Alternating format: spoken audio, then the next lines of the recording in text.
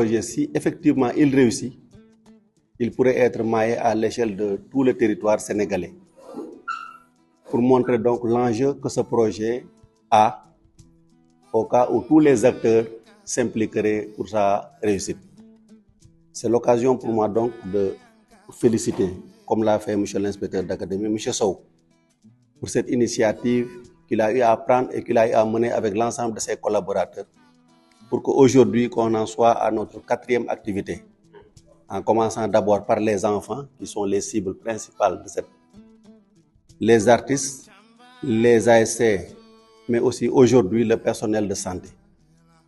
L'approche, vous l'avez très bien rappelé, M. l'inspecteur, c'est une approche multisectorielle, mais aussi c'est une approche multi-acteurs, où effectivement il faut une imbrication de l'ensemble des personnes qui gravitent autour de la gestion de l'enfance et de l'adolescence pour qu'on puisse arriver à réussir nos objectifs. Mais tout cela doit être ancré, orienté, en phase avec les orientations du système, le système éducatif. Dans sa lettre de politique, il nous est clairement notifié qu'aujourd'hui, le numérique constitue un atout majeur qu'il faudra utiliser dans nos pratiques d'enseignement-apprentissage. Ça nous permet de gagner du temps, mais aussi ça nous permet d'avoir l'information à chaud. C'est dire donc toute l'importance que ce projet revêt, qu'ensemble, nous allons essayer de le porter pour qu'on puisse arriver aux objectifs qui lui sont assignés. D'abord, je me réjouis de la richesse donc, des personnes ici autour de la table. Au-delà du personnel de santé, on voit ici que M. Sow a fait appel à l'association des parents d'élèves et vraiment, cela montre tout simplement cet esprit d'ouverture que vous avez.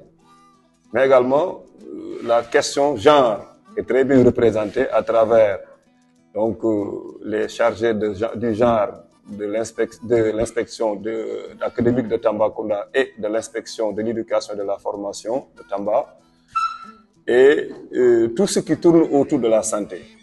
Comme ils l'ont dit, hein, c'est la 3e fois que l'on se retrouve autour d'acteurs différents.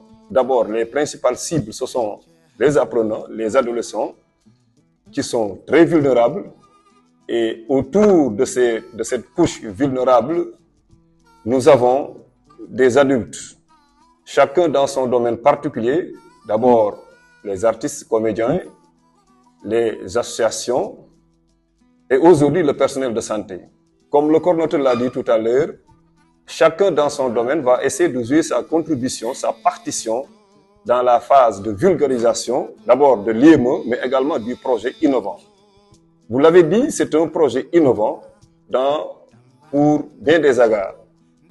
Pour la première fois, nous assistons à la mise en œuvre d'une plateforme qui va regrouper les adolescents et les jeunes autour de leur santé de reproduction. C'est vrai, malheureusement, on a constaté que les jeunes ont du mal à fréquenter ces structures de santé, raison pour laquelle cette plateforme est ouverte pour leur permettre d'échanger, d'abord entre eux, mais également d'échanger avec des adultes aguerris, des adultes souvent qui ont une expérience vécue par rapport à tout ce qui est donc santé de reproduction. Et nous osons espérer au sortir de cet atelier et globalement que, en tout cas, l'objectif principal qui a été fixé depuis le départ sera atteint. C'est-à-dire, donc, essayer de mobiliser le maximum de jeunes autour de personnes averties, comme on le dit souvent, pour gagner le combat de la sensibilisation et par rapport à surtout l'utilisation des réseaux sociaux. C'est important. Aujourd'hui, ils sont incontournables, ces réseaux sociaux, tout le monde le sait. Malheureusement, au-delà de l'utilité qu'ils apportent pour nous en termes de communication, en termes d'information et de sensibilisation, il y a ce que nous appelons le revers de la médaille. Et c'est le lieu et le moment, en tout cas, de partager entre nous sur les dangers donc, des réseaux sociaux.